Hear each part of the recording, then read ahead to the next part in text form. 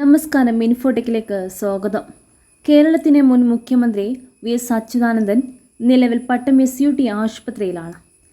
എന്നാൽ കേരളത്തിലെ മുൻ മുഖ്യമന്ത്രി വി.എസ്. അച്യുതാനന്ദൻ്റെ ഇന്ന് വിവാഹ വാർഷികമാണ്. വി.എസ്. അച്യുതാനന്ദൻ കെ. വസുമതി ദമ്പതികൾക്ക് ഇന്ന് 58ാം വിവാഹ വാർഷികമാണ്. 1967 ആലപ്പുഴ മുല്ലയ്ക്കൽ നരസിംഹപുരം കല്യാണ മണ്ഡപത്തിൽ വെച്ചായിരുന്നു വിവാഹം. 58ാം വിവാഹ വാർഷിക ദിനത്തിൽ വി.എസ്. ആശുപത്രിയിലാണെന്നാണ് ഏറെ സങ്കടകരമായ കാര്യം.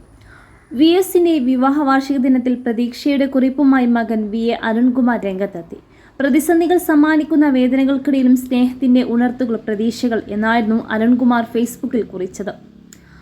അരുൺകുമാറിൻ്റെ ഫേസ്ബുക്ക് കുറിപ്പ് ഇങ്ങനെ: വർഷങ്ങൾ. ഇന്ന് അച്ഛൻ്റെയും അമ്മയുടെയും വിവാഹ വാർഷികം. പ്രതിസന്ധികൾ സമ്മാനിക്കുന്ന വേദനകൾക്കിടയിലും സ്നേഹത്തിൻ്റെ ഉണർത്തുകൾ പ്രതീക്ഷകൾ.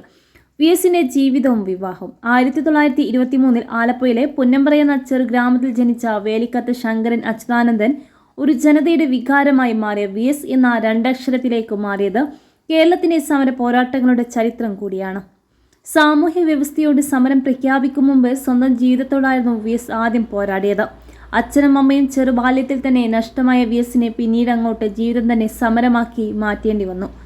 10ാം തരം ജയിച്ച് പഠിച്ച് മിടുക്കനാകണമെന്ന ആഗ്രഹം നടന്നില്ലെങ്കിലും വി.എസ്. ജീവിത സമരങ്ങളിലൂടെ കേരള ജനതയുടെ ഹൃദയങ്ങളിലേക്ക് പഠിച്ച് മിടുക്കനായി കയറിപ്പറ്റി. വി. കൃഷ്ണപിള്ളയുടെ കൈപിടിച്ച് കമ്മ്യൂണിസ്റ്റ് പാർട്ടിയിലെത്തിയ വി.എസ്. പിന്നീട് കൃഷ്ണപിള്ള കാട്ടിയ വഴിയെ നടന്നു കയറി.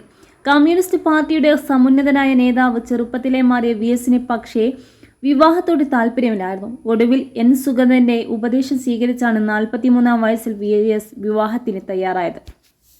അന്ന് വസുമതിക്ക് പ്രായം 29 ആയിരുന്നു. അത്യാഡംബരങ്ങളൊന്നുമില്ലാതെ 1967 ജൂലൈയിൽ അമ്പലപ്പുഴ MLA വസുമതിയുടെ കൈ പിടിച്ചു നടന്നു.